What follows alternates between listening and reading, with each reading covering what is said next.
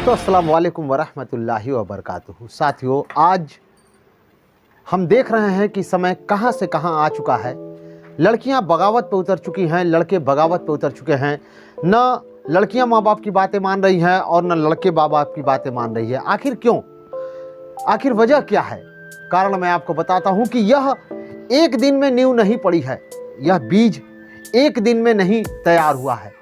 मैं आपको बहुत पहले ले जाना चाहता हूं कि बॉलीवुड जो है ऐसी बीज डालने पर, ऐसे बच्चों को तैयार करने पर भरपूर साथ दिया है, मदद दिया है कि वो ऐसे बच्चों को तैयार करे जो अपने माँ बाप से बगावत करें।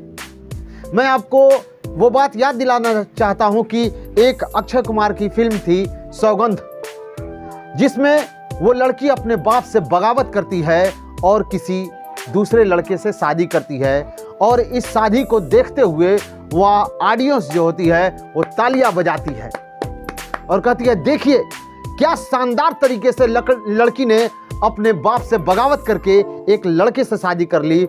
और इसका परिणाम ये होता है कि जो मुकेश खन्ना बना रहता है उसका बाप, वो अपने यहाँ पर गोली लगा करके मार लेता है, लेकिन ऑडियंस ताली के साथ अक्षय कुमार को कहती है कि हीरो जबरदस्त है। आज श्रद्धा मर्डर केस से लेकर के बाकी जितनी चीजें आपके सामने आ रही है उसको मैं आपको बताना चाहता हूं कि सिर्फ श्रद्धा मर्डर केस ही ऐसा नहीं है, और भी तमाम जैसे तंदूर केस और भी ऐसे केस बहुत से हैं। आज फिर मैं एक केस की बातें आपसे करना चाहता हूं।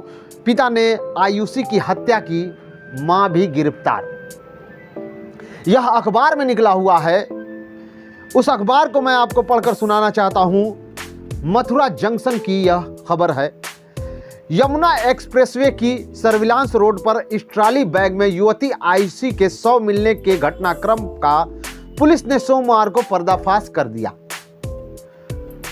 आयुषी के गैर जाति के युवक से शादी करने से मां बाप परेशान थे।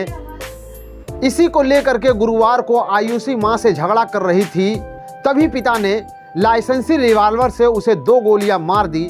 अगली सुबह कार में रखकर मथुरा जिले में फेंक दिया उसके शव को। पुलिस ने दोनों को गिरफ्तार कर लिया है। दिल्ली निवासी 22 वर्षीय Ayushi Yadav global institute of technology में बीए तृतीय वर्ष की छात्रा थी। 1 वर्ष पहले उसने परिवार की बिना मर्जी से भरतपुर के छात्रपाल गुर्जर से शादी कर ली थी।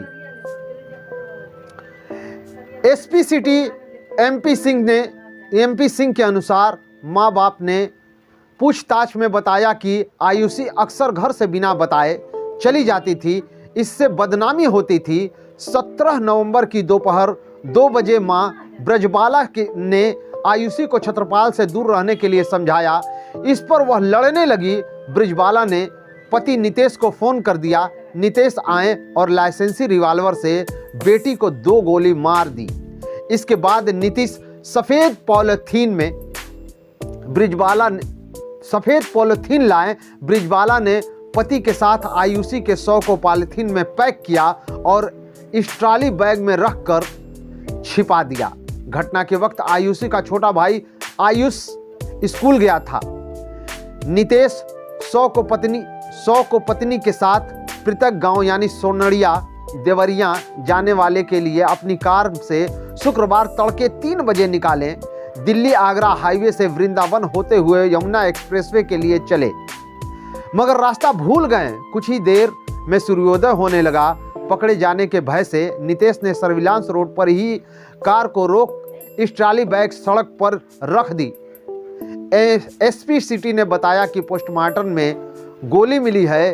एक गोली पार कर गई, जबकि दूसरी शरीर में मिली।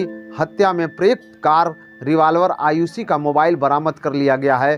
पुलिस ने दंपति के खिलाफ हत्या का साक्ष्य मिटाने की रिपोर्ट भी दर्ज करा दी है। इस बात को मैं आपको बताना चाहता हूं कि आखिर ये बातें क्यों होती जा रही है। मैं आपको ये बात बताता चलूं कि इंसान कोई जानवर नहीं है जो बगैर बंधन का चले। जानवर के लिए एक बंधन होता है कि उसके गले में रस्सी डालकर खूंटी में बांध दिया जाए, लेकिन ये जो 2 पैर से चलने वाला इंसान है, इसके लिए वो बंधन काफ़ी नहीं होता है। इसे धर्म के साथ जोड़ा जाता है, इस दिमाग को कनेक्शन धर्म के साथ जोड़ा जाता है कि बेटी अगर आप ऐसा कोई काम करती हैं जो समाज पसंद नहीं करता है, इससे माँ बाप की हानि होगी। लेकिन आज हमारा समाज इस बात को इजाज़त दे चुका है कि चाहे आप बुरे से बुरा काम करें, चाहे जितना भी गंदा काम कर लें, 18 साल की आप हो चुकी हैं, अब आपको कोई रोकने वाला नहीं। अब आप जानवर की हद में पार कर चुकी हैं।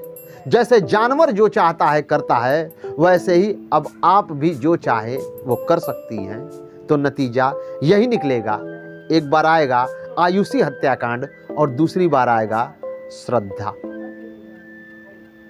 साथियों, आप देख रहे थे जनता की आवाज 007। धन्यवाद।